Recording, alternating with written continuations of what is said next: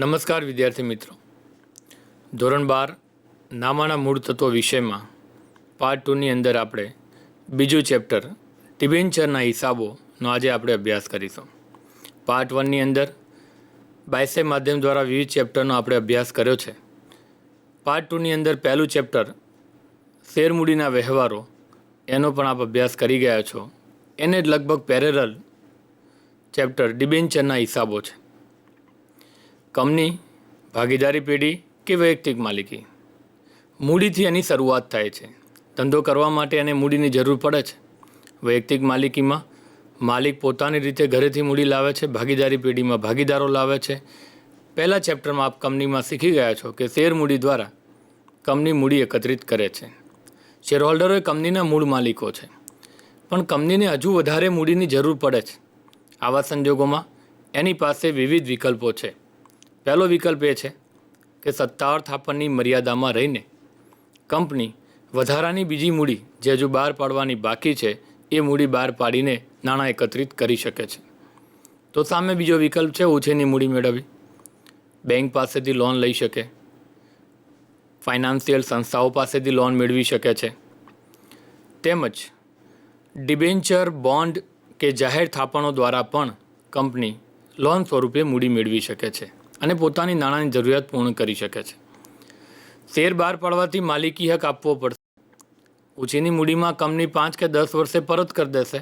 એટલે થોડાક સમય માટે ફાઇનાન્શિયલ જરૂરિયાત હોય 5 કે 10 વર્ષ માટે, તો કંપની આવા વિકલ્પો પર વિચાર વધારે કરશે. પ્રથમ વિકલ્પ જનરલી હોય છે બેંકમાંથી લોન લે. ઓલરેડી કંપની લોન લઈ ચૂકી હોય અથવા એ વિકલ્પમાં એને મોટા નાણાં ભંડોળ મળવાની શક્યતા ઓછી હોય. આવા સંજોગોમાં કંપની પાસે આ એક સારો વિકલ્પ છે ડિબેન્ચર બહાર પાડીને નાણાં મેળવવાનો. તો આજે આપણે ડિબેન્ચર દ્વારા કંપની કેવી રીતે નાણાં મેળવે છે અને એના હિસાબો કઈ રીતે થાય છે તેનો વિસ્તૃત અભ્યાસ આ ચેપ્ટરમાં કરીશું. ચેપ્ટર 2 ડિબેન્ચરના હિસાબો. Accounting for debenture. કંપની પાસે લાંબા ગાળાની મૂડી મેળવવાના બે પ્રાપ્તિ સ્થાનો છે. એક શેરમૂડી અને બીજું લોન કે ઓછીની મૂડી. શેરમૂડી દ્વારા કંપનીને માલિકી હક આપવો પડે છે. દર વર્ષે નફાના ભાગરૂપી ડિવિડન્ડ આપવું પડશે. ઓલરેડી પહેલાં જે શેર હોલ્ડરો હોય, નવા શેર બહાર પાડવાથી શેર હોલ્ડરની સંખ્યા વધશે. આવા સંજોગોમાં ડિવિડન્ડ પણ વેચાશે. તો બીજો વિકલ્પ, થોડાક સમય માટે ફાઇનાન્શિયલ જરૂરિયાત હોય તો લોન એ ઉત્તમ વિકલ્પ છે. બેંક પાસેથી, ફાઇનાન્શિયલ સંસ્થાઓ પાસેથી 2 વર્ષ 5 વર્ષની લોન લેવાની. કંપની પોતાની જરૂરિયાત પૂર્ણ થતાં લોન ભરપાઈ કરી દેશે. આવો જ એક વિકલ્પ છે જાહેર જનતા પાસેથી લોન લેવાની. જાહેર જનતા પાસેથી શેરની જેમ જ પેરેલલ 100 રૂપિયાનો એક, 200 રૂપિયાનો એક, આ રીતે ડિબેન્ચર બહાર પાડીને આમ વ્યક્તિ જેની પાસે 1000, 5000, 10,000ની મર્યાદામાં કંપનીને લોન આપવાની સગવડ છે, એ વ્યક્તિ કંપનીના ડિબેન્ચર ખરીદશે. ડિબેન્ચર ખરીદેનો મતલબ એ વ્યક્તિ કંપનીને 5 કે 10,000ની લોન આપે છે. કંપની એના ના પર વ્યાજ ચૂકવશે અને પાક્યા તારીખે નાણાં પરત કરશે. કંપનીની મોટી નાણાકીય સગવડ માટે ફાઇનાન્શિયલ ભંડોળ મેળવવા માટે એક ઉત્તમ સાધન છે. હવે ડિબેન્ચર એ શું છે? તો કંપની જાહેર જનતા પાસેથી લોન મેળવે છે. આ લોન એ કંપની માટે દેવું છે. જે વ્યક્તિ કંપનીને આ લોન આપે છે એ રોકાણકર્તા છે. તો ડિબેન્ચરમાં નાણાં રોકનાર એ વ્યક્તિને કંપની દેવાનો સ્વીકાર કરતો એક દસ્તાવેજ, રકમ સાથે દેવાનો સ્વીકાર કરતો એક દસ્તાવેજ એ રોકાણકારને આપે છે. આ દસ્તાવેજને ડિબેન્ચર કહે છે. તો કંપની જાહેર જનતા પાસેથી લાંબા ગાળા માટે ઓછીના નાણાં મેળવે છે, એક પ્રકારની લોન લે છે. આ રીતે મેળવેલ રકમ કે રોકાણ સામે કંપની પોતાના દેવાનો સ્વીકાર કરતો દસ્તાવેજ રોકાણકારને આપે છે. આ દસ્તાવેજને ડિબેન્ચર કહેવામાં આવે છે. એક ડિબેન્ચર સર્ટિફિકેટ કંપની એને આપશે. જે વ્યક્તિએ, ધારો કે કોઈ વ્યક્તિએ 10,000 રૂપિયાના ડિબેન્ચર ખરીદ્યા છે, તો કંપની એને એના નામ, એની 10,000 રૂપિયાની રકમ, ડિબેન્ચરનો વ્યાજનો દર, પરત કરવાની તારીખ, આ સાથે પોતાના દેવાનો સ્વીકાર કરતો એક ડોક્યુમેન્ટ, દસ્તાવેજ રોકાણકારને આપશે. આ વિદ્યાર્થી મિત્રોની માહિતી ખાતર જાણ આપી દો કે અત્યારે સર્ટિફિકેટ જે ફિઝિકલ છે એ કંપની એની જગ્યાએ ડીમેટ એકાઉન્ટનો ઉપયોગ કરે છે. ડીમેટ એકાઉન્ટની અંદર જેમ શેર હોય એ જ પ્રમાણે ડિબેન્ચર પણ ડીમેટ એકાઉન્ટની અંદર આપવામાં આવશે. જ્યાંથી નેટ દ્વારા શેર હોલ્ડર બાય કે સેલ કરી શકે છે. જે રીતે આપણું ઈમેલ એકાઉન્ટ વર્ક કરે છે એ જ પ્રમાણે શેર અને ડિબેન્ચર માટે ડીમેટ એકાઉન્ટ વર્ક કરે છે. ડિબેન્ચર હોલ્ડર જે રીતે શેર હોલ્ડર હોય છે, શેર ધારણ કરનાર, એ જ રીતે ડિબેન્ચર ધારણ કરનારને ડિબેન્ચર હોલ્ડર કહે છે. તો બે રીતે ડિબેન્ચર હોલ્ડર બની શકાય છે. એક તો જ્યારે કંપની ડિબેન્ચર બહાર પાડે ત્યારે એપ્લિકેશન કરીને ડિબેન્ચર ખરીદવાથી કે તમારા ડિબેન્ચર મંજૂર થાય તો તમે ડિબેન્ચર હોલ્ડર બની શકો. બીજો વિકલ્પ એ છે કે જો લિસ્ટેડ ડિબેન્ચર હોય તો પાછળથી માર્કેટમાંથી ડિબેન્ચર ખરીદીને પણ ડિબેન્ચર હોલ્ડર બની શકાય છે. તો જે લોકો કંપનીને નાણાં આપી ડિબેન્ચર મેળવે છે અથવા બજારમાંથી ડિબેન્ચર ખરીદે છે તેઓ ડિબેન્ચર ધારણ કરનાર એટલે કે ડિબેન્ચર હોલ્ડર કહેવામાં આવે છે. જે વ્યક્તિ પાસે ડિબેન્ચર છે એ કંપનીનો ડિબેન્ચર હોલ્ડર છે. ડિબેન્ચર હોલ્ડર એ કંપનીનો લેણદાર છે. સાપેક્ષમાં જોઈએ તો શેર હોલ્ડર એ કંપનીનો માલિક છે, ડિબેન્ચર હોલ્ડર એ લેણદાર છે, શેર હોલ્ડર એ માલિક છે. શેર હોલ્ડરને કંપનીના નફામાંથી ભાગ મળે છે જેને આપણે ડિવિડન્ડ કહીએ છીએ. નફો થયો હોય તો ડિવિડન્ડ મળશે, વધારે નફો થયો હોય તો વધારે ડિવિડન્ડ મળશે, ઓછો નફો થયો હોય કે ન થયો હોય તો ડિવિડન્ડ ન પણ મળે. જ્યારે ડિબેન્ચર હોલ્ડર પર વ્યાજનો દર હશે, કારણ કે ડિબેન્ચર એક પ્રકારની લોન છે અને આપણે જાણીએ છીએ કે લોનની અંદર ચોક્કસ વ્યાજનો દર હોય છે અને એ દરે આપણે બેંકને જેમ વ્યાજ ચૂકવવું પડે એમ કંપની ડિબેન્ચર હોલ્ડરને એ દરે વ્યાજ ચૂકવશે. નફો થાય કે નુકસાન થાય વ્યાજ ચૂકવવું ત્યાં ફરજિયાત છે. તો ડિબેન્ચર હોલ્ડર એ કંપનીનો લેણદાર છે અને જે વ્યક્તિ ડિબેન્ચર ધારણ કરે છે ને ડિબેન્ચર હોલ્ડર કહે છે. હવે ડિબેન્ચરને સમજવા માટે કેટલાક અગત્યના મુદ્દા આપણે જોઈશું જેનાથી ડિબેન્ચર શું છે એનો વધારે વિસ્તૃત ખ્યાલ આવશે. ડિબેન્ચર એક પ્રકારની લોન છે.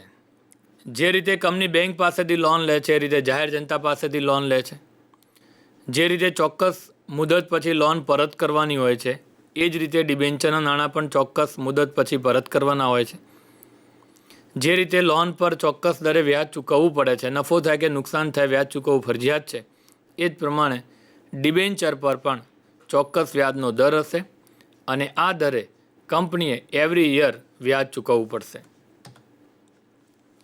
તો વ્યાજનો દર ચોક્કસ હોય છે 5%, 10%, 11%. જ્યારે કંપની ડિબેન્ચર બહાર પાડશે ત્યારે એના વિજ્ઞાપન પત્રની અંદર જ એના વ્યાજનો દરનો ઉલ્લેખ કરેલો હશે અને આ દરે વ્યાજ ચૂકવવા માટે કંપની બંધાવેલી છે. કંપની નફો કરે કે નુકસાન કરે એને એના વ્યાજ ચૂકવવા સાથે કોઈ સંબંધ નથી. ડિવિડન્ડને છે, કંપની નુકસાન કરે તો ડિવિડન્ડ નહીં વેચે, નફો કરશે ત્યારે ડિવિડન્ડ વેચશે. વ્યાજના દરને આધારે ડિબેન્ચર ઓળખાય છે.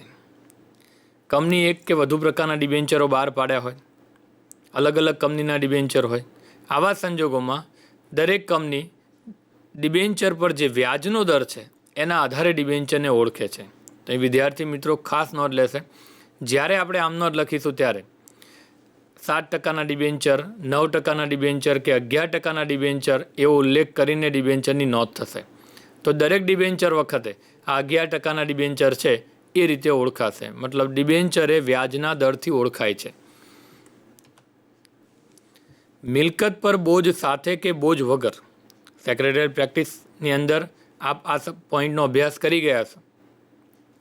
બેંક જ્યારે કોઈ વ્યક્તિને, કંપનીને, પેઢીને લોન આપે છે ત્યારે જનરલી એ કોઈના કોઈ મિલકત તારણમાં લે છે અને મિલકતની સામે બેંક એને લોન આપે છે. જો એ વ્યક્તિ, પેઢી કે કંપની સમયસર લોનના હપ્તા ભરી દે છે તો લોન પૂરી થયા પછી એ મિલકતનો બોજ પરત કંપની પાસે આવી જશે. પરંતુ જો બેંક કે કંપની, કોઈ વ્યક્તિ, કોઈ પેઢી કે કંપની બેંકને સમયસર લોનના હપ્તા નથી ભરતા તો બેંક એકાદ નોટિસ આપશે. નોટિસ આપ્યા પછી પણ નથી ભરતા તો એને તમે જે ગીરો મિલકત મૂકેલી છે બેંકમાં એ મિલકત બેંક જપ્ત કરી લેશે. ત્યાર પછી પણ નોટિસ આપશે ને ત્યાર પછી પણ નહીં ભરે તો જાહેર હરાજીથી બેંક એ મિલકત વેચીને પેઢી કે કંપનીની જે લોન છે એ લોનની રકમ એમાંથી ભરપાઈ કરશે, એનું વ્યાજ એમાંથી ભરપાઈ કરશે. તો આ છે ગીરો બોજ. તો જ્યારે કંપની જાહેર જનતા પાસેથી ડિબેન્ચર દ્વારા નાણાં મેળવે છે ત્યારે મોટા ભાગે બોજ સાથેના હોય છે. મતલબ કોઈ મિલકત ગીરો મૂકે છે કંપની પોતાની જમીન, મકાન કે મશીનરી ગીરો મૂકીને જાહેર જનતામાં ડિબેન્ચર બહાર પાડશે તો એ મિલકત પર અધિકાર ડિબેન્ચર હોલ્ડરનો થઈ જશે. કંપની ભવિષ્યમાં કોઈ કારણસર નુકસાન થાય છે, ફાઇનાન્શિયલ પરિસ્થિતિ ખરાબ થાય છે, ડિબેન્ચર હોલ્ડરને નાણાં પરત કરી શકતા નથી નોર્મલ પોઝિશનમાં. તો આવા સંજોગોમાં એ મિલકત પર અધિકાર ડિબેન્ચર હોલ્ડરનો રહેશે. એ મિલકત વેચીને જે રકમ આવે ડિબેન્ચર હોલ્ડરને ચૂકવવામાં આવશે. તો ડિબેન્ચર હોલ્ડર માટે બોજ સાથે બહાર પડેલા ડિબેન્ચર એ સલામત ભર્યા છે. તો ક્યારેક સારી કંપની બોજ વગર પણ ડિબેન્ચર બહાર પાડી શકે છે, પરંતુ હોલ્ડર માટે બોજ વગરના ડિબેન્ચર સલામત ભર્યા રહેશે નહીં. અહીં બોજ બે પ્રકારના હોઈ શકે છે, સ્થિર અને અસ્થિર. તમામ મિલકતો પર બોજ હોય અથવા મર્યાદિત મિલકતો પર બોજ સાથે ડિબેન્ચર બહાર પડી શકે છે. નોંધાયેલ ડિબેન્ચરનું ખરીદ વેચાણ શેરબજારમાં કરવામાં આવે છે. જે ડિબેન્ચર નોંધાયેલા હોય, લિસ્ટેડ હોય સેબીની અંદર, એ ડિબેન્ચર માર્કેટમાં ખરીદી પણ શકાય, વેચી પણ શકાય. કોઈ વ્યક્તિએ 10 વર્ષના કંપનીના ડિબેન્ચરની અંદર નાણાં રોક્યા છે, મતલબ એને કંપનીને લોન આપી છે, દર વર્ષે એને વ્યાજ મળશે, પાક્યા તારીખે નાણાં પાછા મળશે. 2-3 વર્ષ પછી એ વ્યક્તિને ફાઇનાન્શિયલ જરૂરિયાત છે, તો આ ડિબેન્ચર માર્કેટમાં વેચીને પોતાની આ લોન પરત મેળવી શકે છે. અહીંયા એ પ્રશ્ન જરૂરથી રહેશે કે બજારની અંદર ડિબેન્ચરનો ભાવ શું છે. 100 રૂપિયાના ડિબેન્ચર હોય તો 95, 95 અથવા 105 રૂપિયા પણ હોઈ શકે કે 110 પણ હોઈ શકે. તો ડિબેન્ચરના વધેલા ભાવે એને ફાયદો થશે, ઘટેલા ભાવે નુકસાન પણ થશે. આમ છતાં માર્કેટમાં ડિબેન્ચર વેચીને પોતાના નાણાં પરત મેળવી શકે છે. કંપની 10 વર્ષ પછી જે પરત કરવાની છે એની રાહ જોવાની રહેતી નથી, પરંતુ આવું ત્યારે શક્ય બનશે જ્યારે નોંધાયેલ એટલે કે લિસ્ટેડ ડિબેન્ચર હોય, જોગવાઈ હોય તો અને કન્વર્ટેબલ ડિબેન્ચર હોય તો આ ડિબેન્ચરનું શેરમાં રૂપાંતર કરી શકાય છે. 10 વર્ષ માટે કંપનીએ જે ડિબેન્ચર માર્કેટમાં મૂક્યા છે એ હોલ્ડરને આફ્ટર 10 યર કે આફ્ટર 5 યર એ ડિબેન્ચરનું શેરમાં રૂપાંતર થઈ શકે છે, પરંતુ આ પ્રકારની જોગવાઈ હોવી જોઈએ અને કન્વર્ટેબલ ડિબેન્ચર હોવા જોઈએ. નોન કન્વર્ટેબલ ડિબેન્ચર હોય તો ક્યારેય પ્રેફરન્સ કે ઇક્વિટી શેરમાં રૂપાંતર થઈ શકશે નહીં. રૂપાંતરનો મતલબ એ થાય છે કે ડિબેન્ચર હોય, ડિબેન્ચરના બદલામાં શેર આપવાના છે. એની વેલ્યુએશન પ્રમાણે એક ડિબેન્ચરના બદલામાં 1 શેર, 2 ડિબેન્ચરના બદલામાં 1 શેર કે 5ના બદલામાં 1 કે 2 શેર, આ પ્રમાણે કન્વર્ટ કરીને જે ડિબેન્ચર હોલ્ડર લેણદાર છે એને શેર આપીને હવે માલિક બનાવી શકાય છે. પરંતુ જોગવાઈ હોય કે કન્વર્ટેબલ ડિબેન્ચર હોય તો આ પોસિબલ છે. શેર હોલ્ડરને કંપનીના વહીવટી કામ બાબતે બોર્ડ ઓફ ડિરેક્ટરની મિટિંગમાં ઇલેક્શન જ્યારે ડિરેક્ટરનું થાય ત્યારે વોટિંગ કરવાનો, મત આપવાનો શેર હોલ્ડરને અધિકાર છે, કારણ કે કંપનીનો માલિક છે. ડિબેન્ચર હોલ્ડર લેણદાર છે, એને આવો મત આપવાનો અધિકાર મળતો નથી. ડિબેન્ચર જપ્ત કરી શકાતા નથી. શેર હોલ્ડર હપ્તેથી પૈસા મંગાવ્યા હોય, અરજી મંજૂરી પ્રથમ હપ્તો ભરી દીધો હોય અને આખરી હપ્તાના 2 કે 3 રૂપિયા ભરવાના બાકી હોય, એ શેર હોલ્ડર ન ભરી શકે તો એને એક નોટિસ આપવામાં આવશે. નોટિસ આપ્યા પછી પણ શેર હોલ્ડર ન ભરી શકે તો આવા સંજોગોમાં શેર જપ્ત કરી શકાય છે અને એની ભરેલી રકમ કંપની પરત કરશે નહીં. પરંતુ આવું ડિબેન્ચર હોલ્ડરમાં થઈ શકતું નથી. ડિબેન્ચર હોલ્ડર જો નાણાં ન ભરે તો પણ એના ડિબેન્ચર જપ્ત કરી શકાતા નથી. હવે ડિબેન્ચર કંપનીના પાકા સરવૈયામાં ઊભા પાકા સરવૈયાનો નમૂનો છે. પાકા સરવૈયાની અંદર ડિબેન્ચર કયા ટાઇટલ નીચે દર્શાવાશે. સ્ક્રીન પર આપ જે જોઈ શકો છો, કંપનીના વાર્ષિક હિસાબોમાં ફર્મો વિદ્યાર્થીઓ તૈયાર કરવાનું છે. ઇક્વિટી અને જવાબદારીઓ, જેની અંદર પહેલું ટાઇટલ છે શેર હોલ્ડરના ભંડોળો, માલિકીની મૂડી. તો શેર મૂડી, અનામત અને વધારો જે માલિકી હક બતાવે છે. બિનચાલુ જવાબદારીઓ, જેની અંદર પહેલું ટાઇટલ છે લાંબા ગાળાના ઉછીના નાણાં. આ ટાઇટલ નીચે ડિબેન્ચર પાકા સરવૈયામાં દર્શાવવામાં આવશે, કારણ કે ડિબેન્ચર એ લાંબા ગાળાના ઉછીના નાણાંમાં આવશે. કંપની ધારા 2013 મુજબ 10 વર્ષથી વધુ સમયના ડિબેન્ચર બહાર પાડી શકશે નહીં. 2 પ્રકારના ડિબેન્ચર છે. એક કાયમી ડિબેન્ચર છે, બહુ મર્યાદિત સંખ્યામાં કંપની આ પ્રકારના ડિબેન્ચર બહાર પાડતી હોય છે. રૂટીન ડિબેન્ચર મુદતી હોય છે અને મુદતવાળા ડિબેન્ચર 10 વર્ષથી વધુ સમયના ડિબેન્ચર બહાર પાડી શકાશે નહીં. મતલબ 2, 5, 7, 8 કે 10 વર્ષની અંદર કંપનીએ ડિબેન્ચર હોલ્ડરને નાણાં પરત કરવાના રહેશે અને એ મુદતથી બહાર પાડી શકાશે. એક વિશિષ્ટ નોંધ એની અંદર ઇન્ફ્રાસ્ટ્રક્ચર પ્રોજેક્ટમાં કામ કરતી કંપની માટે આ સમય મર્યાદા વધારીને 30 વર્ષ સુધીની આપેલી છે. તો 2013ના કંપની ધારા પ્રમાણે નોર્મલ કંપની 10 વર્ષ કરતાં વધુ સમયના ડિબેન્ચર બહાર નહીં પાડી શકે અને ખાસ કંપની ઇન્ફ્રાસ્ટ્રક્ચર પ્રોજેક્ટમાં કામ કરતી કંપનીને 30 વર્ષ સુધીની મર્યાદા આપેલી છે. આ સમય મર્યાદામાં રહીને કંપની ડિબેન્ચર બહાર પાડશે અને નાણાં પરત કરવાના રહેશે. હવે છે ડિબેન્ચરના પ્રકારો. જામીનગીરીને આધારે ડિબેન્ચર. તો અહીંયા 2 પ્રકાર છે, તારણવાળા કે ગીરવી ડિબેન્ચર, તારણ વગરના કે સાદા ડિબેન્ચર. તારણવાળા કે ગીરવી ડિબેન્ચર મતલબ ડિબેન્ચર જ્યારે કંપની બહાર પાડે છે ત્યારે તારણની અંદર કંપની કોઈના કોઈ મિલકત મૂકે છે. આ મિલકત કંપની જ્યાં સુધી ડિબેન્ચરના નાણાં પરત નહીં કરે ત્યાં સુધી કંપની આ મિલકત વેચી નહીં શકે. મિલકતની અંદર કંપની જમીન, મકાન, મશીનરી, યંત્રો મૂકી શકે છે. આ મિલકત પર અધિકાર ડિબેન્ચર હોલ્ડરનો રહેશે અને આ વસ્તુ ડિબેન્ચર હોલ્ડર માટે સલામત ભરી છે. કંપની કોઈ કારણસર નુકસાન કરે છે તો આ મિલકત વેચીને ડિબેન્ચરના હોલ્ડરના નાણાં પરત કરી શકાય છે. તો હોલ્ડર માટે એક સેફ્ટી સલામત ભર્યું છે. જે રીતે બેંક મિલકત ગીરો મૂકીને લોન આપે છે એ જ રીતે ડિબેન્ચર હોલ્ડર આ મિલકતની સાપેક્ષમાં ડિબેન્ચર ખરીદે છે. એટલે પોતાની લોન એની સેફ્ટી છે. અહીંયા પોતાના ડિબેન્ચરના નાણાંની થોડીક સેફ્ટી રહેલી છે. તો જનરલી મોટાભાગના ડિબેન્ચર ગીરવી ડિબેન્ચર હોય છે. રેર કેસમાં કોઈ કંપની તારણ વગરના ડિબેન્ચર કે સાદા ડિબેન્ચર બહાર પાડી શકે, પણ આ એ સંજોગોમાં શક્ય છે જ્યારે માર્કેટમાં કંપનીની પ્રતિષ્ઠા બહુ સારી હોય, કંપનીના શેરનો ભાવ માર્કેટમાં ઊંચો હોય, આવી કંપની પાસે ઓલરેડી અનામત ભંડોળનું પ્રમાણ વધારે હોય, મિલકતો સારા એવી પ્રમાણમાં હોય અને દેવું ઓછું હોય, તો ડિબેન્ચર હોલ્ડર આ પ્રકારની કંપનીની અંદર નાણાં રોકવા માટે આકર્ષાશે. અન્યથા મોટાભાગે કંપની તારણવાળા એટલે કે ગીરવી ડિબેન્ચર જ બહાર પાડી શકે છે. તો તારણવાળા અને તારણ વગરના 2 પ્રકાર જામીનગીરીને આધારે ડિબેન્ચર ના પડે છે. નેક્સ્ટ પ્રકાર છે પરત કરવાની શરત મુજબ. કંપની ડિબેન્ચરના નાણાં ક્યારે પરત કરે છે એના આધારે 2 પ્રકાર પડે છે. એક પરત કરી શકાય એવા ડિબેન્ચર મતલબ રિડીમેબલ ડિબેન્ચર, બીજા કાયમી પરત ન કરી શકાય તેવા ઇરિડીમેબલ ડિબેન્ચર. પરત કરી શકાય તેવા ડિબેન્ચર હમણાં જ આપણે મુદત જોઈ 10 વર્ષની અંદર એ ડિબેન્ચરના નાણાં પરત કરવાના આવશે. જ્યારે કંપની ડિબેન્ચર બહાર પાડે છે ત્યારે જ કંપની ડિબેન્ચર પરત કરવાની તારીખ અને સમય આપી દે છે.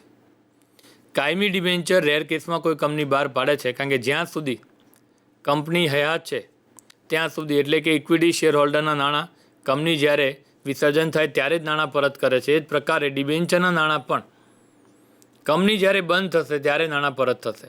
એટલે કાયમી ધોરણે કંપની છે ત્યાં સુધી ઇક્વિટી શેરની જેમ જ ડિબેન્ચરના નાણાં કંપની પાસે રહેશે. આ પ્રકારના ડિબેન્ચર છે કાયમી ડિબેન્ચર છે, ઇરિડીમેબલ ડિબેન્ચર છે. નોર્મલી ડિબેન્ચર રિડીમેબલ હોય છે, ચોક્કસ મુદતના અંતે પરત કરવામાં આવે છે. તો 2 પ્રકાર પરત કરવાની શરત મુજબ, રિડીમેબલ અને ઇરિડીમેબલ. હવે રૂપાંતરની શરત પ્રમાણે કન્વર્ટેબલ, નોન કન્વર્ટેબલ. એક છે રૂપાંતર પાત્ર કન્વર્ટેબલ ડિબેન્ચર. જે ડિબેન્ચર ચોક્કસ સમય પછી ડિબેન્ચરનું ઇક્વિટી શેરમાં કે પ્રેફરન્સ શેરની અંદર રૂપાંતર કરી શકાય છે કે કરવામાં આવશે. આવા ડિબેન્ચરને કન્વર્ટેબલ ડિબેન્ચર કહે છે. કન્વર્ટેબલ ડિબેન્ચરના નાણાં કંપનીએ ડિબેન્ચર હોલ્ડરને પરત કરવાના રહેતા નથી, કારણ કે કન્વર્ટ કરવાના છે. ઘણીવાર કંપની ઓપ્શન પણ આપી શકે. પાક્યા તારીખે ડિબેન્ચર હોલ્ડરને 2 ઓપ્શન આપશે કે તમારે નાણાં પરત જોઈતા હોય તો નાણાં પરત આપી દઈએ, અથવા એના બદલામાં 2-1, 3-1, 4-1 ડિબેન્ચર શેર જોઈએ છે, ઇક્વિટી કે પ્રેફરન્સ, તો કંપની એ ડિબેન્ચર હોલ્ડરને એમની જે રકમ થતી હોય એની સાપેક્ષમાં સામે ઇક્વિટી શેર કે પ્રેફરન્સ શેર આપશે. તો આ કન્વર્ટેબલ ડિબેન્ચર છે. પરંતુ કન્વર્ટેબલ ડિબેન્ચર હોય તો જ કન્વર્ટ થઈ શકશે અને આ પ્રકારની જોગવાઈ કંપનીના આર્ટિકલ્સમાં હોવી જોઈએ. બીજું છે બિન રૂપાંતર પાત્ર non convertible debenture. Non convertible debenture કાયમી ધોરણે ડિબેન્ચર જ રહેશે. એની મુદત પૂરી થશે ત્યાર પછી કંપની એને નાણાં પરત કરી દેશે, પણ ક્યારે પણ નોન કન્વર્ટેબલ ડિબેન્ચર પ્રેફરન્સ શેરમાં કે ઇક્વિટી શેરમાં રૂપાંતર કરી શકાતા નથી. તો રૂપાંતરની શરત પ્રમાણે કન્વર્ટેબલ નોન કન્વર્ટેબલ મતલબ રૂપાંતર પાત્ર બિન રૂપાંતર પાત્ર બે પ્રકાર ડિબેન્ચરના પડે છે. ફેરબદલીની શક્યતા કે વિધિને આધારે. હાલાકી આ ફિઝિકલ બાબતની વાત છે. વર્તમાન સંજોગોમાં ડીમેટ એકાઉન્ટ છે ત્યાં થોડી પરિસ્થિતિ બદલાઈ જશે. ફેરબદલીની શક્યતાના અને વિધિના આધારે ડિબેન્ચરના બે પ્રકાર પાડ્યા છે. એક છે રજિસ્ટર્ડ ડિબેન્ચર અને બીજું છે બેરર ડિબેન્ચર. રજિસ્ટર્ડ ડિબેન્ચર જેમાં કંપનીએ રજિસ્ટર ઓફિસ અને રજિસ્ટર મેન્ટેન કરવું પડે છે. બેરર ડિબેન્ચર જ્યાં કંપની આ બધી પ્રોસેસ કરવી પડતી નથી. ફાઇનાન્શિયલ દ્રષ્ટિએ પણ કંપનીને અહીંયા ખર્ચ ઓછો પડશે. ડિબેન્ચર હોલ્ડરને પણ સરળતા રહેશે. તો બંને પ્રકાર વિશે આપણે વિસ્તૃત જોઈશું. પહેલાં છે registered debenture. Registered debenture holder જ્યારે ડિબેન્ચર ખરીદે છે અને માની લો કે 10 વર્ષના ડિબેન્ચર છે, આવા સંજોગોની અંદર દરેક હોલ્ડર 10 યર માટે ડિબેન્ચર રાખી શકશે નહીં. કંપની લાખોની સંખ્યામાં કરોડો રૂપિયાની ડિબેન્ચર બહાર પાડે છે. લાખોની સંખ્યામાં માર્કેટમાં ડિબેન્ચર હોલ્ડર હશે અને એમાંથી હજારોની સંખ્યામાં ડિબેન્ચર હોલ્ડર રોજે રોજ ડિબેન્ચર વેચતા હશે, માર્કેટમાંથી ખરીદતા હશે. આવા સંજોગોમાં જ્યારે રજિસ્ટર્ડ ડિબેન્ચર કોઈ હોલ્ડર વેચે છે ત્યારે કંપનીમાં ખરીદનારનું નામ નોંધાવવું પડશે. એટલે જે ડિબેન્ચર હોલ્ડર ડિબેન્ચર વેચે છે કંપનીના રજિસ્ટરમાં ખરીદનાર ડિબેન્ચર હોલ્ડરનું નામ નોંધેલું હશે, એનું એડ્રેસ હશે. એ રદ કરીને ખરીદનાર નવા ડિબેન્ચર હોલ્ડરનું નામ અને એડ્રેસ લખવું પડશે. આના પાછળનો હેતુ એ છે એવરી યર 10 વર્ષના ડિબેન્ચર હોય તો દર વર્ષે માની લો કે 1 એપ્રિલે બહાર પાડ્યા છે તો 31 માર્ચે કંપનીએ ડિબેન્ચર હોલ્ડરને એનો જે વ્યાજનો દર હશે એ વ્યાજના દરે એની જે રકમ છે એના પર વ્યાજનો ચેક બનાવીને હોલ્ડરના ઘરે એના એડ્રેસ ઉપર આ વ્યાજનો ચેક મોકલવો પડશે. તો નવો ખરીદનાર હોલ્ડર એજન્ટ થ્રુ, દલાલ થ્રુ કંપની પાસે પોતાના કંપનીના રજિસ્ટરમાં એને જે ડિબેન્ચર ખરીદ્યા છે ત્યાં જૂના ડિબેન્ચર હોલ્ડરનું નામ રદ કરીને નવા ખરીદનાર ડિબેન્ચર હોલ્ડરનું નામ અને એડ્રેસ, કારણ કે એના નામનો ચેક એના એડ્રેસ ઉપર વ્યાજનો 31 માર્ચે કંપની મોકલશે. જો આ એડ્રેસ ચેન્જ નહીં થાય તો વેચાણ કર્યા પછી પણ જૂના જે વેચનાર ડિબેન્ચર હોલ્ડર છે એના ઘરે વ્યાજનો ચેક એના નામનો મળશે. તો કંપની ડિબેન્ચર હોલ્ડરનું રજિસ્ટર રાખે છે. જેમ જેમ ડિબેન્ચરનું માર્કેટમાં ખરીદ વેચાણ થાય છે એમ રજિસ્ટરમાં નામ અને એડ્રેસ કંપની બદલશે. જેમાં ડિબેન્ચર હોલ્ડરનું નામ અને સરનામું નોંધવામાં આવે છે. નવો ડિબેન્ચર હોલ્ડર જ્યારે ડિબેન્ચર ખરીદે એટલે કે ડિબેન્ચરની ફેરબદલી થાય ત્યારે રજિસ્ટરમાં નોંધણી કરાવવી જરૂરી છે. જૂનાનું નામ એડ્રેસ રદ કરી નવાનું નામ એડ્રેસ ત્યાં નોંધવામાં આવશે, જેથી કરીને નવા ખરીદનાર ડિબેન્ચર હોલ્ડરના ઘરે વ્યાજનો ચેક મોકલી શકાય અને એનો અત્યારે માલિક છે એને વ્યાજ મળે. ડિબેન્ચર રજિસ્ટરમાં જે ડિબેન્ચર હોલ્ડરનું નામ હશે તેને જ વ્યાજ અને ડિબેન્ચરની રકમ પાકતી તરીકે મળશે. આ બધી પ્રોસેસ કરવા માટે કંપનીએ ઓલરેડી એક રજિસ્ટર ઓફિસ બનાવવી પડે છે અને જેની અંદર એવરી ડે જે હજારોની સંખ્યામાં ડિબેન્ચર ફેરબદલી માટે વેચનાર અને ખરીદનાર તરફથી જે અરજી આવે છે એના આધારે ત્યાં આખી એક પ્રોસેસ કરવી પડશે નવાના નામ લખવાની. તો કંપનીએ એ સ્ટાફ એ ઓફિસનો ખર્ચ ઉઠાવવો પડશે. આની અંદર દર વર્ષે કંપનીએ હોલ્ડરના ઘરે ચેક પણ મોકલવાનો છે ડિબેન્ચર વ્યાજનો, તો એ પ્રોસેસ પણ કંપનીએ કરવી પડશે. તો આ બધી પ્રોસેસ રજિસ્ટર્ડ ડિબેન્ચરની અંદર થશે.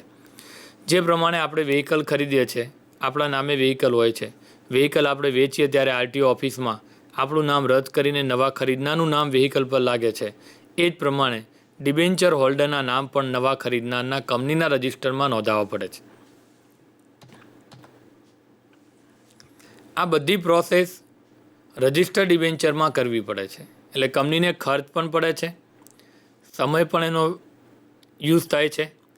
ડિબેન્ચર હોલ્ડરને પણ આ પ્રોસેસમાં ઝંઝટમાં પડવું પડે છે અને આ પ્રોસેસ એક બ્રોકર દ્વારા, દલાલ દ્વારા થાય છે, કારણ કે ડાયરેક્ટલી ડિબેન્ચર હોલ્ડર કંપનીમાં નામ રદ કરાવવા જવાનું નથી, તો બ્રોકરને દલાલી પણ આપવી પડે છે. આવા સંજોગોમાં એનું ઓપ્શન છે. જો કે આ બધા જ ઓપ્શન ફિઝિકલ બાબત પર છે. વર્તમાનમાં ડીમેટ એકાઉન્ટ છે જેની અંદર આ ઝંઝટ થતી નથી. બેરર ડિબેન્ચરની અંદર આ બધી પ્રોસેસમાંથી મુક્તિ મળશે. હાલાકી બેરર ડિબેન્ચર બેરર ચેક જેવા છે, ચલની નોટ જેવા છે, વ્યક્તિગત કોઈ વ્યક્તિ બીજાને આપી શકે છે. બેરર ડિબેન્ચર ચલની નોટ જેવા છે. કંપની જે ડિબેન્ચર સર્ટિફિકેટ ડિબેન્ચર હોલ્ડરને આપે છે, આ ડિબેન્ચર હોલ્ડરને 1-2 વર્ષ પછી પોતાના ડિબેન્ચર નથી રાખવા તો એ સર્ટિફિકેટ બીજાને આપી દેશે, એના જે નાણાં છે મેળવી લેશે. તો બારોબાર બેરર ચેકની જેમ ચલની નોટને આપણે મૂવ કરી શકીએ છીએ, એ જ પ્રકારે તમે ડિબેન્ચર સર્ટિફિકેટ પૈસા લઈને બીજાને આપી શકો છો. અહીંયા કોઈ એજન્ટ દ્વારા કંપનીના રજિસ્ટરની અંદર નામ બદલાવવાની જરૂરત નથી. તો હવે પ્રશ્ન એ આવશે કે આવા સંજોગોમાં કંપની વ્યાજ કોને ચૂકવશે? આવા સંજોગોમાં કંપની વ્યાજનો ચેક કોના ઘરે મોકલશે? રજિસ્ટર્ડ ડિબેન્ચરની અંદર તો વ્યવસ્થા હતી કે જે નવો ખરીદનાર છે એનું રજિસ્ટરમાં નામ આવી જતું હતું અને કંપની 31 માર્ચે કે ડિબેન્ચરની જે તારીખ હોય તારીખે નવા ખરીદનાર હોલ્ડરના નામનો ચેક નવા એડ્રેસ ઉપર મોકલશે, જેથી કરીને ડિબેન્ચર હોલ્ડરને વ્યાજ મળે. બેરર ડિબેન્ચરમાં તો આ પ્રોસેસ જ નથી. કંપનીના રજિસ્ટરમાં કોઈ નામ ચેન્જ કરાવવાનું જ નથી. બારોબાર સર્ટિફિકેટે બીજાને વેચીને પૈસા મેળવી લેશે તો નવા વ્યક્તિને કઈ રીતે વ્યાજ મળશે? તો એના માટે વ્યવસ્થા એને સર્ટિફિકેટની સાથે કરીને આપી છે. ડિબેન્ચર ફેરબદલી માટે કંપનીના રજિસ્ટરમાં નોંધણી કરાવવી પડતી નથી. બેરર ડિબેન્ચરમાં ડિબેન્ચર સર્ટિફિકેટ સાથે વ્યાજની કૂપનો આપવામાં આવે છે. જે ડિબેન્ચરનું સર્ટિફિકેટ છે, જ્યારે ડિબેન્ચર ખરીદે પ્રથમ ડિબેન્ચર હોલ્ડર ત્યારે સર્ટિફિકેટની સાથે એને વ્યાજની કૂપનો આપવામાં આવે છે. માની લો કે 5 વર્ષના ડિબેન્ચરની મુદત છે તો 5 વખત એને વ્યાજ લેવાનું થશે, તો 5 કૂપનો એને સર્ટિફિકેટની સાથે આપવામાં આવશે. આ કૂપન એક પ્રકારનો ચેક છે. એની અંદર કંપની બેંકનું નામ પણ લખીને આપી શકે છે. રકમ પણ તમારી વ્યાજનો દર ચોક્કસ છે, માટે રકમ પણ નક્કી છે પહેલેથી કેટલું વ્યાજ આપવાનું છે તે. એ વ્યાજની રકમ સાથેની આ કૂપન ડિબેન્ચર ધારણ કરનાર, એટલે ખરીદનારે બીજાને વેચ્યું હોય તો ધારણ કરનાર બીજો વ્યક્તિ થશે, તો જેની પાસે આ ડિબેન્ચર સર્ટિફિકેટ અને વધેલી જેટલી કૂપનો છે એ કૂપન બેંકમાં જમા કરાવીને વ્યાજ મેળવી શકશે. તો ડિબેન્ચર સર્ટિફિકેટ સાથે વ્યાજની કૂપન આપવામાં આવે છે. આ ચલની નોટ જેવા છે, સીધા હસ્તાંતર થઈ શકે છે. આના માટે કંપની રજિસ્ટરમાં કોઈ ફેરબદલ કરવાની જરૂર નથી. સ્ક્રીન પર આપ એક ડિબેન્ચર સર્ટિફિકેટ જોઈ શકો છો. વિદ્યાર્થીઓને સમજ પડે એટલા માટે એક બનાવેલું ડિબેન્ચર સર્ટિફિકેટ છે. SRF એ કંપનીનું નામ છે, ડિબેન્ચર છે, બાજુમાં કંપનીના પ્રોડક્શનનો એક સિમ્બોલ આપેલો છે. કંપનીની પોતાની મોહર છે.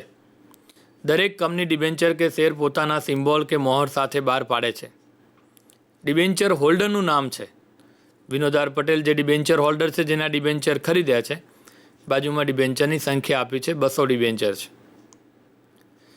6 વર્ષના ડિબેન્ચર છે, 2017ની અંદર બહાર પાડ્યા છે. તો 17, 18, 19, 20, 21, 22 આ રીતે એને 6 કૂપનો સર્ટિફિકેટની સાથે જ આપી દીધી છે. હવે કંપનીએ દર વર્ષે ડિબેન્ચર હોલ્ડરને વ્યાજ માટે ચેક આપવાની જરૂર નથી. આ વ્યક્તિનું એની ડિબેન્ચરની રકમ પ્રમાણે 1000 રૂપિયા વ્યાજ થાય છે, તો કંપનીએ 1000 રૂપિયાના 6 ચેક મતલબ 6 કૂપનો એડવાન્સમાં આપી દીધી છે.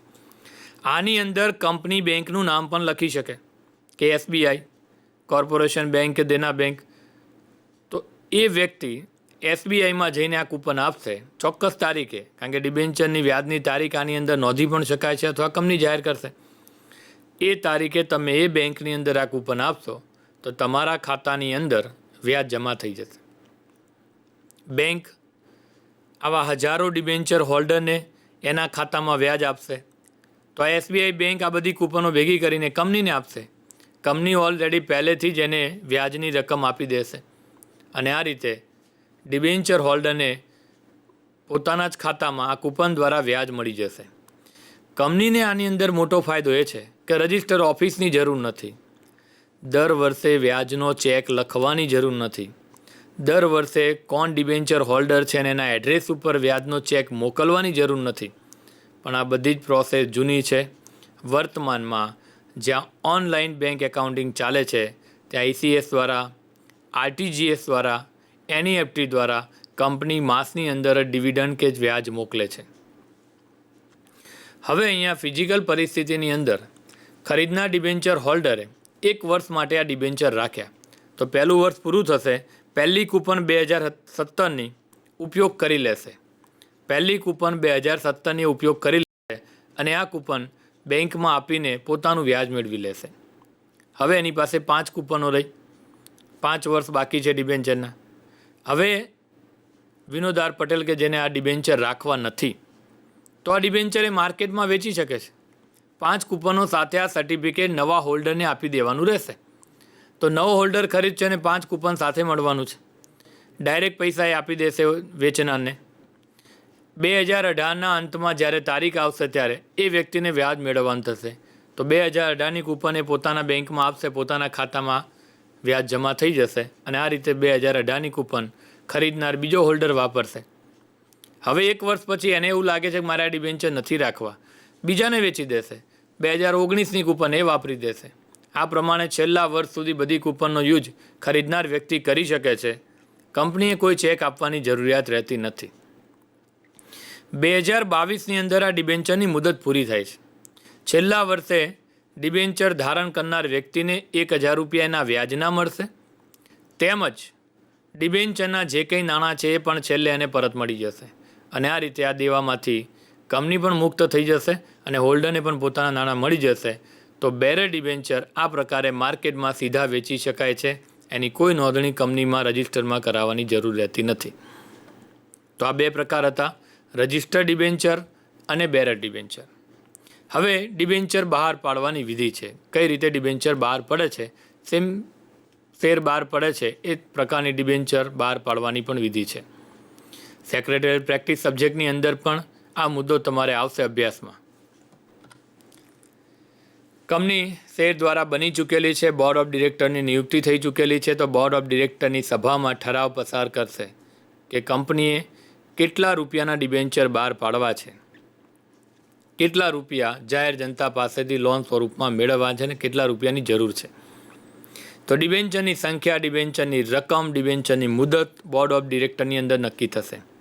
તો કેટલી સંખ્યામાં ડિબેન્ચર બહાર પાડશે, ડિબેન્ચર કેટલા રૂપિયાનો રાખવો છે, 100, 200, 500નો રાખી શકાય છે. વ્યાજનો દર બહુ જ અગત્યનો મુદ્દો છે. કેટલા ટકા વ્યાજ આપીશું, કંપનીની માર્કેટમાં પરિસ્થિતિ કેવી છે, યોગ્ય વ્યાજનો દર રાખો તો હોલ્ડરો આકર્ષાશે અને કંપનીને લોન આપશે કે ડિબેન્ચર ખરીદશે. જો વ્યાજનો દર યોગ્ય નહીં હોય તો આવા સંજોગોમાં માર્કેટમાં બીજા ઓપ્શન ઊંચા વ્યાજના દરના હશે તો હોલ્ડર ઝડપથી કંપનીમાં લોન આપવા માટે આકર્ષાશે નહીં. પરત કરવાની મુદત, કેટલા સમય પછી ડિબેન્ચર પરત કરવાના છે. મુદતના અગાઉ આપણે જોઈ ગયા કે મેક્ઝિમમ 10 વર્ષની અંદર પરત કરવાના રહેશે. ખાસ સંજોગોમાં ઇન્ફ્રાસ્ટ્રક્ચર કંપનીને 30 વર્ષની મુદત પણ આપેલી છે.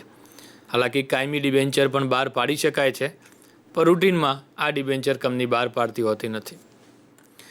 તો બોર્ડ ઓફ ડિરેક્ટરની સભામાં ઠરાવ પસાર કરે છે. આ ઠરાવની અંદર મહત્ત્વના 4 મુદ્દા: ડિબેન્ચરની સંખ્યા, ડિબેન્ચર દીઠ રકમ, વ્યાજનો દર અને પરત કરવાની મુદત બોર્ડ ઓફ ડિરેક્ટર નક્કી કરશે. હવે કંપની ધારાની અને સેબીની વિવિધ જોગવાઈનું પાલન કરવું પડશે. અહીં વિસ્તૃત જોગવાઈનો આપણે જોઈશું નહીં, પરંતુ જે વિસ્તૃત જોગવાઈઓ છે કંપનીની એ બધી જોગવાઈઓનું કંપનીએ પાલન કરવું પડશે અને એ પ્રમાણે ડિબેન્ચર બહાર પાડી શકશે. જ્યારે નક્કી કરવામાં આવે છે કે ડિબેન્ચર બહાર પાડવા છે, ઉપરના મુદ્દા પણ નક્કી થઈ ચૂક્યા છે, તો આ સંપૂર્ણ માહિતી સાથેનું કંપનીની પાસે હાલ કેટલી મૂડી છે, કેટલી ઓછીની મૂડી છે અને હવે કેટલી મૂડી ડિબેન્ચર દ્વારા પ્રાપ્ત કરવા માગે છે, ડિબેન્ચરની રકમ કેટલી રહેશે, સંખ્યા કેટલી રહેશે, આ સંપૂર્ણ માહિતી સાથેનું વિજ્ઞાપન પત્ર દ્વારા એ જાહેર જનતાને આકર્ષવાનો પ્રયત્ન કરશે અથવા એના બદલાનું નિવેદન બહાર પાડવું પડશે. હવે ડિબેન્ચર આમ જનતાને ખરીદવા માટે એજન્ટ કે બ્રોકર થ્રુ કે ઓનલાઈન અરજીપત્રક બહાર પાડવું પડશે, જે ભરીને જાહેર જનતા કે આમ નાગરિકો કંપનીના ડિબેન્ચર ખરીદી શકે. શિડ્યુલ બેંકમાં શેર હોય કે ડિબેન્ચર, કંપનીએ અલગથી ખાતું ખોલાવવું પડશે અને જે ડિબેન્ચરની રકમ આવશે અરજીપત્રક દ્વારા, આ બધી રકમ સીધી શિડ્યુલ બેંકમાં જમા થશે. જ્યાં સુધી સેબીની મંજૂરી નહીં મળે ત્યાં સુધી કંપની આ શિડ્યુલ બેંકમાંથી રકમ ઉપયોગ કરી શકશે નહીં. સેબીની મંજૂરી મળ્યા બાદ જ આ રકમ કંપની ઉપયોગ કરી શકશે. તો એના માટે શિડ્યુલ બેંકમાં અલગથી ખાતું ખોલાવવું પડશે. કંપની ધારા 2013 પ્રમાણે 90% ભરણું થવું જરૂરી છે. કંપની પાસે 90%થી વધારે અરજી આવી છે કે એના 100%થી પણ વધારે અરજી આવી છે, તો કયા કયા ડિબેન્ચર હોલ્ડરના ડિબેન્ચર મંજૂર કરવામાં આવે છે એ મંજૂરી પત્ર દ્વારા ડિબેન્ચર હોલ્ડરને જાણ કરવામાં આવશે કે તમારા ડિબેન્ચર મંજૂર કરવામાં આવ્યા છે. અને ત્યાર પછી કોઈ હપ્તો મંગાવવાનો બાકી હોય તો એમને હપ્તાની માહિતી આપવામાં આવશે. હવે ડિબેન્ચર મૂળ કિંમતે બહાર પાડી શકાય છે. શેરની જેમ પ્રીમિયમથી પણ બહાર પાડી શકાય છે. અને ત્રીજો વિકલ્પ જે શેરની અંદર નથી હવેથી, એ છે ડિબેન્ચર વટાવથી બહાર પડી શકે છે. શેર મૂળ કિંમત કે પ્રીમિયમથી બહાર પડશે. 2013 પ્રમાણે શેર વટાવથી બહાર પાડી શકાતા નથી, પરંતુ ડિબેન્ચર મૂળ કિંમત પ્રીમિયમ કે વટાવથી બહાર પાડી શકાય છે. અગત્યનો મુદ્દો, પ્રીમિયમ કે વટાવનો દર કોણ નક્કી કરશે? તો અહીંયા કંપની ધારામાં કોઈ એવી જોગવાઈ નથી કે આટલો પ્રીમિયમ કે આટલો વટાવ રાખી શકાય. તો આ દર ડિરેક્ટરોએ નક્કી કરવાનો છે.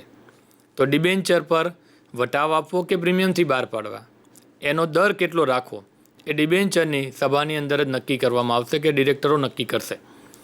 ડિરેક્ટરો આ જે દર નક્કી કરશે એ દરના આધારે પ્રીમિયમથી કે વટાવથી ડિબેન્ચર બહાર પાડી શકાય છે. જે કંપનીની માર્કેટમાં પ્રેસ્ટીજ સારી છે, જનરલી એ કંપની પ્રીમિયમથી બહાર પાડે. વધારે નાણાં મેળવવા છે, કંપનીને એટલો ભરોસો નથી કે કેટલા નાણાં મળશે, આવા સંજોગોમાં વટાવથી પણ બહાર પાડી શકે છે.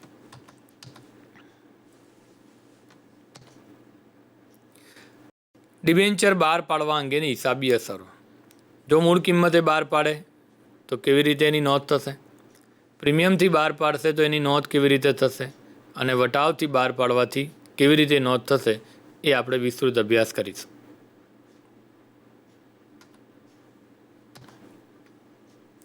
પ્રથમ છે ડિબેન્ચર પ્રીમિયમે બહાર પાડવા. પહેલાં તો કંપની ડિબેન્ચર પ્રીમિયમથી ક્યારે બહાર પાડી શકે? તો જે કંપનીની માર્કેટમાં પ્રેસ્ટીજ સારી હોય, પ્રીમિયમ એટલે 100 રૂપિયાના ડિબેન્ચર પર તમારે 110, 120, 130 લેવાના છે. વધારે રૂપિયા હોલ્ડરો ક્યારે ભરે? જ્યારે કંપની પર એને ભરોસો હોય, કંપની પર પૂરો વિશ્વાસ હોય, ફાઇનાન્શિયલ પરિસ્થિતિ કંપનીની સારી હોય, ડિબેન્ચર પર એને વળતર સારું મળશે એવું દેખાતું હોય, આવા સંજોગોમાં જ હોલ્ડર પ્રીમિયમવાળા ડિબેન્ચરમાં નાણાં રોકશે. 100 રૂપિયાનું ડિબેન્ચર 130 રૂપિયા બહાર પાડવામાં આવે, મતલબ ડિબેન્ચર હોલ્ડરને 100 રૂપિયાનો ડિબેન્ચર આપવાનો, એની પાસેથી રૂપિયા લેવાના 130, અને 30 રૂપિયા વધારે લે છે. શેર મૂડીમાં આપ અભ્યાસ કરી ગયા છો, તો આ 30 રૂપિયા જે વધારાના લે છે એને પ્રીમિયમ કહેવાશે. આ પ્રીમિયમ એક કંપની માટે મૂડી નફો છે. કંપની પોતાની પ્રેસ્ટીજથી, વેલ્યુએશનથી, સારી પરિસ્થિતિથી, ફાઇનાન્શિયલ મજબૂત પરિસ્થિતિના કારણે કંપની પાસે મિલકતો દેવા કરતાં વધારે છે, નફો સારો કરે છે, આ બેઝ ઉપર એને આવું પ્રીમિયમ મળે છે. તો આ પ્રીમિયમ એ કંપની માટે મૂડી નફો છે. અહીંયા ખાસ ધ્યાન રાખવાનું છે, શેર મૂડીની અંદર શેરનું જે પ્રીમિયમ છે એ જામીનગીરી પ્રીમિયમ ખાતે આપણે આમ નોંધની અંદર લખતા હતા. ડિબેન્ચરની અંદર એનું નામ બદલાય છે, જામીનગીરી પ્રીમિયમ અનામત ખાતે નોંધવામાં આવશે. તો વિદ્યાર્થી મિત્રો આ ખાસ નોંધ લેશે, શેરની અંદર જામીનગીરી પ્રીમિયમ ખાતે, ડિબેન્ચરની અંદર જામીનગીરી પ્રીમિયમ અનામત ખાતે ડિબેન્ચર પ્રીમિયમની નોંધ થશે. ડિબેન્ચર પ્રીમિયમ એ કંપની માટે મૂડી નફો છે. મહેસૂલી નફો જે કંપની રેગ્યુલર પ્રોસેસમાંથી કમાય છે, કંપનીને રેગ્યુલર પ્રવૃત્તિ સિવાય જે નફો મળે છે મૂડી નફો છે. અહીં કંપનીની પ્રેસ્ટીજના કારણે, વેલ્યુએશનના કારણે એના શેર પર વધારે રકમથી પણ બહાર પાડી શકે છે, તો એ કંપની માટે મૂડી નફો છે. જે રીતે શેર પ્રીમિયમથી બહાર પડે છે સેમ એ જ રીતે પ્રીમિયમથી ડિબેન્ચર બહાર પડે છે. શેર પ્રીમિયમ એ પણ મૂડી નફો છે, ડિબેન્ચર પ્રીમિયમ એ પણ કંપની માટે મૂડી નફો છે. ડિબેન્ચર પ્રીમિયમની રકમ ડિબેન્ચરની મૂળ કિંમત કરતાં જે 30 રૂપિયા વધારે મળ્યા છે તે કંપની એનો ઉપયોગ ક્યાં કરી શકે? તો સર્વપ્રથમ તો ડિવિડન્ડ વેચવા માટે થઈ શકે નહીં, કારણ કે ડિવિડન્ડ એ મહેસૂલી નફામાંથી વેચાય છે, મહેસૂલી નફાનો ભાગ છે. તો કંપની નોર્મલ પરિસ્થિતિમાં ડિબેન્ચર પ્રીમિયમની રકમનો ઉપયોગ ડિવિડન્ડ વેચવા માટે કરી શકતી નથી. હેતુલક્ષી પ્રશ્નની અંદર આ પ્રકારના મુદ્દા પૂછાઈ શકે. તો વિદ્યાર્થી મિત્રો ખાસ નોંધ લેશે આને. ડિવિડન્ડ વેચવા માટે કંપની ડિબેન્ચર પ્રીમિયમની રકમનો ઉપયોગ કરી શકતી નથી. તો ડિબેન્ચર પ્રીમિયમની રકમનો ઉપયોગ ક્યાં કરી શકશે? તો મૂડી નુકસાન માંડી વાળવા માટે ઉપયોગ થઈ શકે. જેમ કે કંપનીએ શેર કે ડિબેન્ચર વટાવથી બહાર પાડ્યા હોય. શેર હવે વટાવથી બહાર પાડી શકાતા નથી, પણ ડિબેન્ચર વટાવથી બહાર પાડ્યા હોય તો એ વટાવનું નુકસાન માંડી વળવા માટે આ રકમનો ઉપયોગ થઈ શકે. એ મૂડી નુકસાન છે. કંપની ડિબેન્ચર પ્રીમિયમથી પરત કરવા માગે છે, હમણાં એ મુદ્દો આવશે પાછળથી, તો આ ડિબેન્ચર પરત પ્રીમિયમ એ પણ કંપની માટે મૂડી નુકસાન છે. આ વાસ્તવિક મિલકત, પાઘડી, પેટન્ટ, ટ્રેડમાર્ક જેવી મિલકતોને માંડી વળવા માટે પણ કંપની ડિબેન્ચર પ્રીમિયમનો રકમનો ઉપયોગ, જે જામીનગીરી પ્રીમિયમ અનામત ખાતે લઈ જવામાં આવે છે, આ રકમનો ઉપયોગ કરી શકે છે.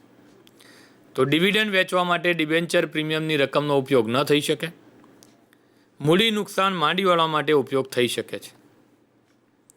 ડિબેન્ચર વટાવથી બહાર પાડવા,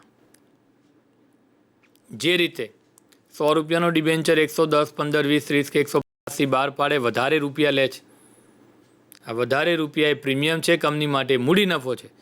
એ જ પ્રમાણે કંપનીએ વધારે મૂડી એકત્રિત કરવી હોય, વર્તમાનમાં માર્કેટની ફાઇનાન્શિયલ પરિસ્થિતિ કંપનીની કે માર્કેટની યોગ્ય ન હોય અને આવા સંજોગોમાં કંપનીને નાણાં મેળવવામાં થોડીક તકલીફ પડે એવું લાગતું હોય, તો હોલ્ડરને આકર્ષવા માટે 100 રૂપિયાનો ડિબેન્ચર કંપની 95, 90 કે 85 રૂપિયા માર્કેટમાં વેચી શકે. મતલબ 5, 10, 15 કે 20 રૂપિયા હોલ્ડર પાસેથી ઓછા લેવાના, 90 રૂપિયા લેવાના, ડિબેન્ચર 100 રૂપિયાનો આપવાનો. તો આને ડિસ્કાઉન્ટ કહે છે, વટાવથી બહાર પડે છે. વિદ્યાર્થી મિત્રો ખાસ નોંધ લેશે, 2013 પ્રમાણે હવેથી શેર વટાવથી બહાર પાડી શકાતા નથી, પણ હજુ ડિબેન્ચર વટાવથી બહાર પાડી શકાય છે. 100 રૂપિયાનો ડિબેન્ચર 90 રૂપિયા હોલ્ડરને આપવામાં આવે, એટલે હોલ્ડરે 90 જ રૂપિયા ભરવાના. પાક્યા તારીખે એને 100 રૂપિયા પરત મળશે. હોલ્ડર માટે અહીં ફાયદાની બાબત છે, કંપની માટે અહીં ખર્ચ છે. તો આજે 10 રૂપિયા કંપની ગુમાવે છે કે ઓછા મેળવે છે, એ છે વટાવ, ડિસ્કાઉન્ટ. વધારે હોલ્ડરને આકર્ષવા માટે, વધુ રકમમાં ફાઇનાન્શિયલ ભંડોળ મેળવવા માટે કંપની વટાવથી ડિબેન્ચર બહાર પાડે છે. ડિબેન્ચર વટાવે આમ નોંધની અંદર કંપની ડિબેન્ચર વટાવ ખાતે ઉધાર કરશે, કારણ કે ડિબેન્ચર વટાવે કંપની માટે ખર્ચ છે. હવે ડિબેન્ચર વટાવનો દર, તો કંપની ધારામાં આવી કોઈ જોગવાઈ નથી કે કેટલા ટકા વટાવે કંપની ડિબેન્ચર બહાર પાડી શકે. તો કંપની પોતાની રીતે કે બોર્ડ ઓફ ડિરેક્ટર્સની અંદર વટાવનો દર નક્કી કરી શકે છે. હવે ડિબેન્ચર વટાવ એક્ઝામ્પલની અંદર અરજી મંજૂરી હપ્તાની અંદર ક્યાં લેવો એનો ઉલ્લેખ ન કર્યો હોય, તો આવા સંજોગોમાં જો કોઈ સ્પષ્ટતા ન હોય તો ડિબેન્ચર વટાવ મંજૂરી વખતે નોંધ કરવી. જ્યારે કંપની ડિબેન્ચર વટાવે બહાર પાડે છે, ત્યારે ડિસ્કાઉન્ટ આપે છે, ત્યારે એક્ઝામ્પલની અંદર એવો ઉલ્લેખ ન કર્યો હોય કે આ ડિસ્કાઉન્ટ તમારે અરજીમાં નોંધ કરવી, મંજૂરીમાં નોંધ કરવી, તો આવા સંજોગોમાં કોઈ સ્પષ્ટતા ન હોય તો ડિબેન્ચર વટાવ મંજૂરી વખતે નોંધ કરવી. તો કંપની 3 પ્રકારે ડિબેન્ચર બહાર પાડી શકે છે: મૂળ કિંમતે, પ્રીમિયમથી કે વટાવે કંપની ડિબેન્ચર બહાર પાડી શકે છે. કંપની જ્યારે માર્કેટમાં પરિસ્થિતિ સારી હશે તો પ્રીમિયમથી બહાર પાડશે. કંપનીની જ્યારે પરિસ્થિતિ થોડીક એવરેજ હોય અને માર્કેટમાં ફાઇનાન્શિયલ ક્રાઇસિસ વધારે હોય, તો વધારે હોલ્ડરને આકર્ષવાની જરૂર લાગતી હોય, તો આવા સંજોગોમાં નાણાંની ખૂબ જ જરૂરિયાત હોય કંપનીને, તો ડિસ્કાઉન્ટ આપીને પણ કંપની ડિબેન્ચર બહાર પાડી શકે છે.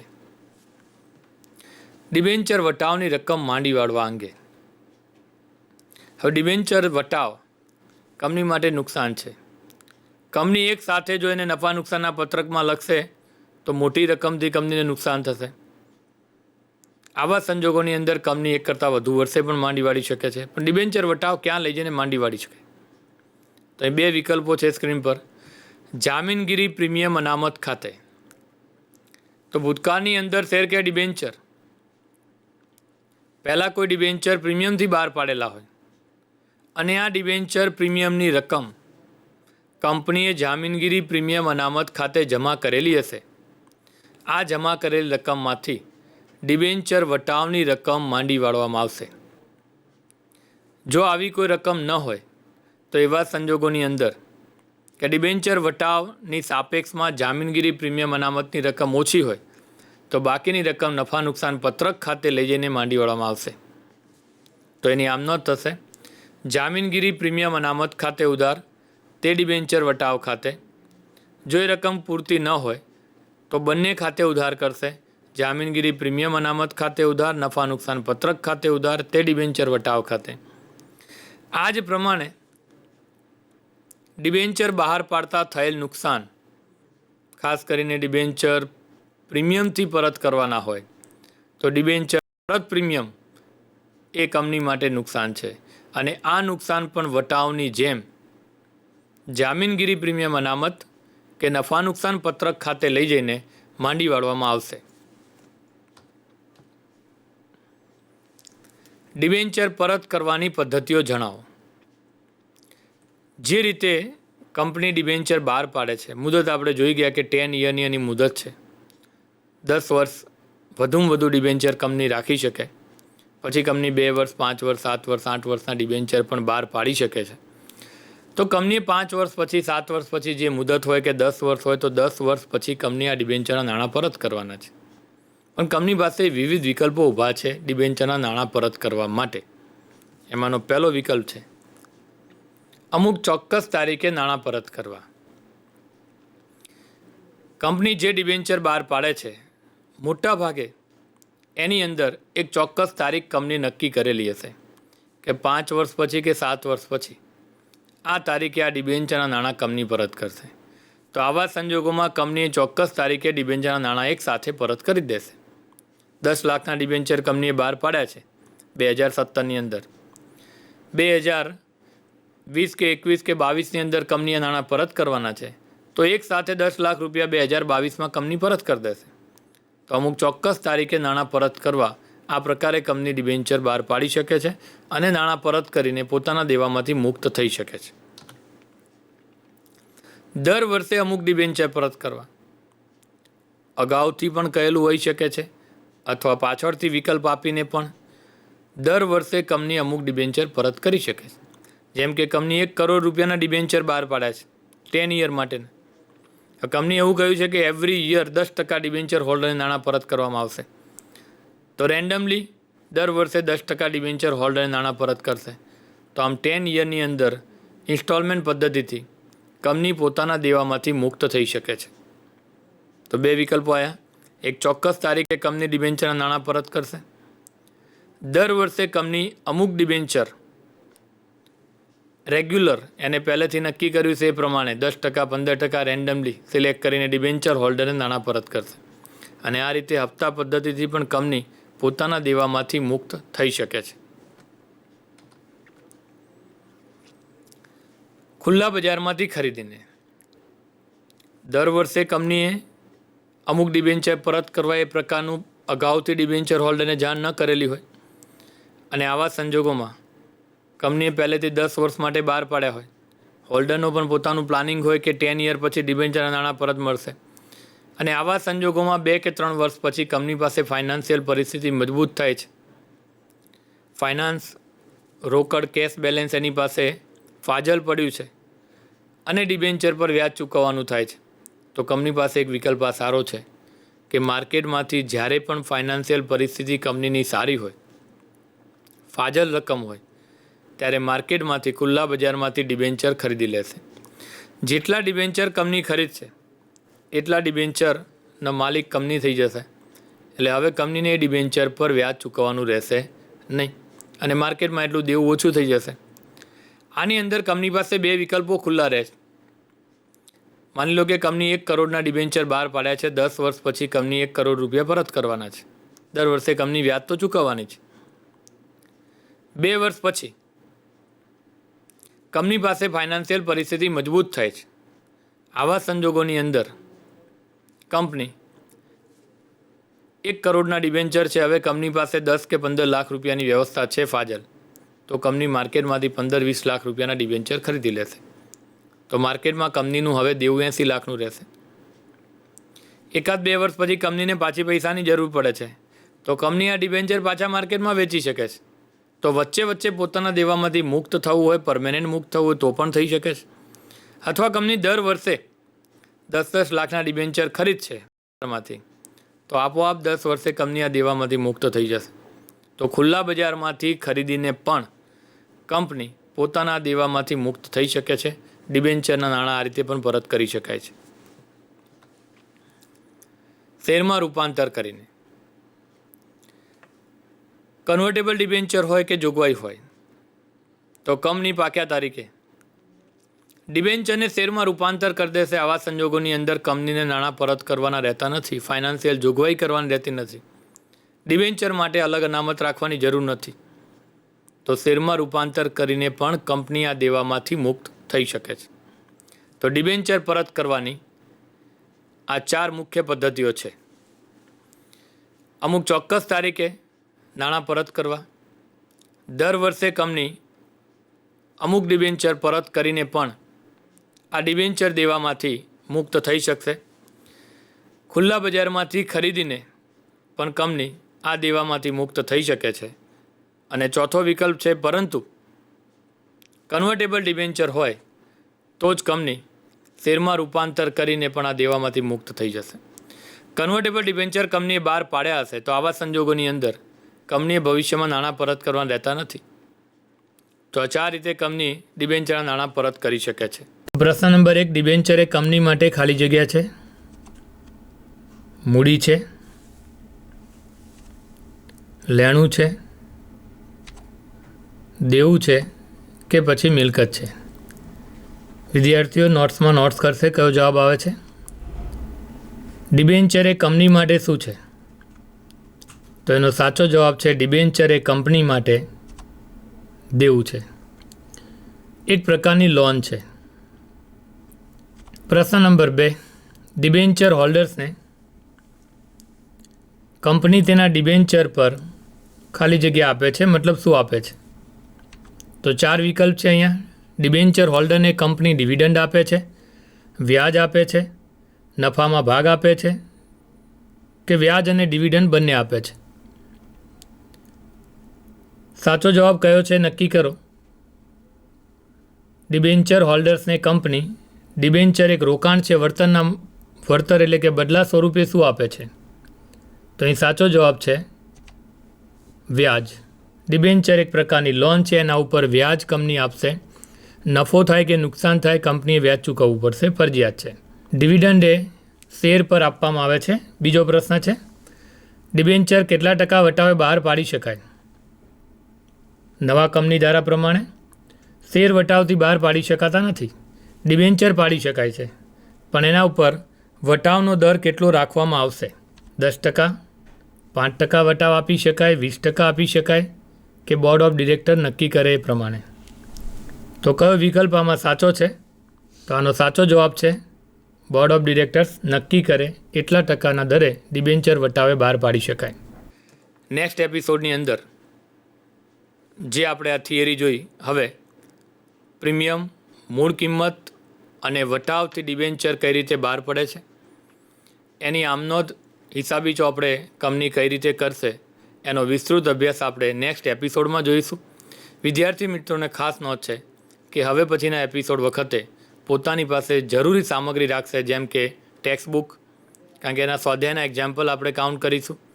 એ સાથે કેલ્ક્યુલેટર અને અન્ય નોટ પેન જેવી માહિતી પણ પોતાની પાસે રાખશે, જેથી કરીને સાથે કેટલું કેલ્ક્યુલેશન વિદ્યાર્થીઓ કરી શકે.